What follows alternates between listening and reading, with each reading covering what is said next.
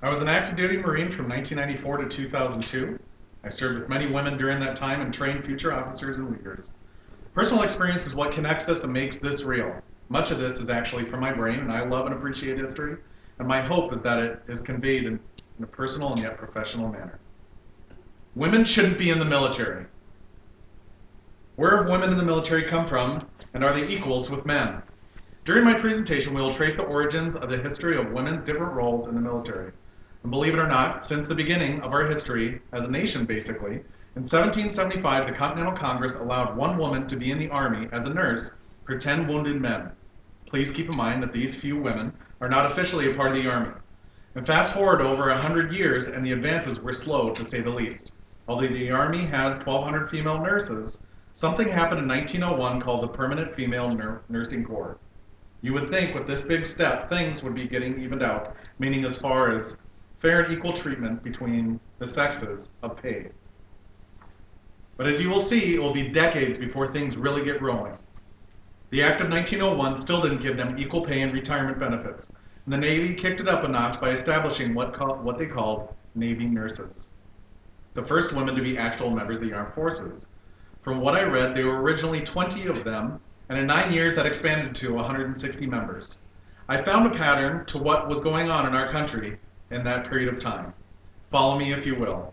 Our country is hurting for medical help because of said war. Insert nurses, doctors, and they get the help that they need.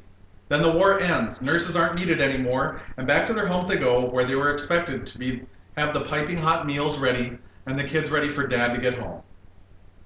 Now there's an even greater need for help during World War I, this time not only because there are so many wounded, but also because there is a need for help on the home front as well.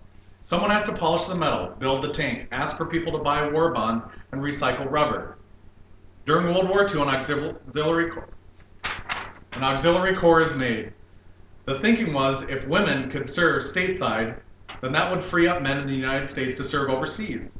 Women during this time did amazing things and contributed in many ways, as test pilots and the Manhattan Project. It wasn't until 1948 that the Armed Services Integration Act made everything legal and permanent. The percentage of women in the military stayed between 1.5% and 2%, even after the act took place. 1973, the Equal Rights Amendment passes. Now women are doing jobs that men are, well, mostly. The 1980s had women in a kind of combat role, serving on ships and being deployed to different areas of the globe. Now we're talking about the Persian Gulf, which had over 30,000 women deployed overseas. The Clinton administration went full out and started allowing female fighter pilots and women on aircraft carriers.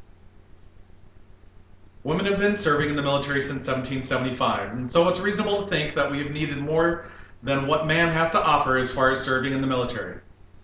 Also in 1775, Congress allowed one woman nurse per every 10 soldiers.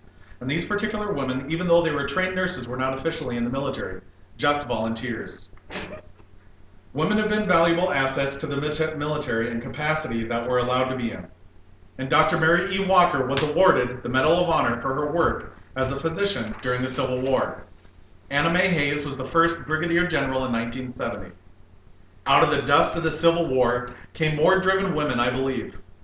Giving up on wanting to be equals with men was not in their future. Decades of ups and downs were between 1901 and 1948. World War I came into existence where women would serve in hospitals and other supportive roles. The war ended and women went back home. World War II opened more doors for women, including helping with scientific projects, building tanks, and collecting medals, while still on a volunteer basis. 1948 brought the Armed Services Integration Act, allowing women to be and stay an actual military member, receiving full pay and benefits, including retirement. Even though great things happened for women in the military during the 1948 year, the numbers were slow to reflect their newfound freedom. The amount of women in the military was around 1.5% to 2% even after the ASIA. 1948 to 1954 had around 2% women, and of those jobs, 80% were in hospitals.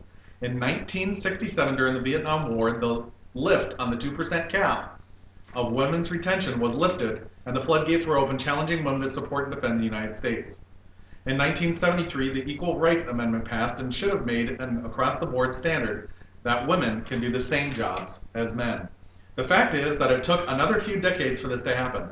It wasn't until the 1980s when women were serving on ships and being deployed overseas and more job opportunities were open to them.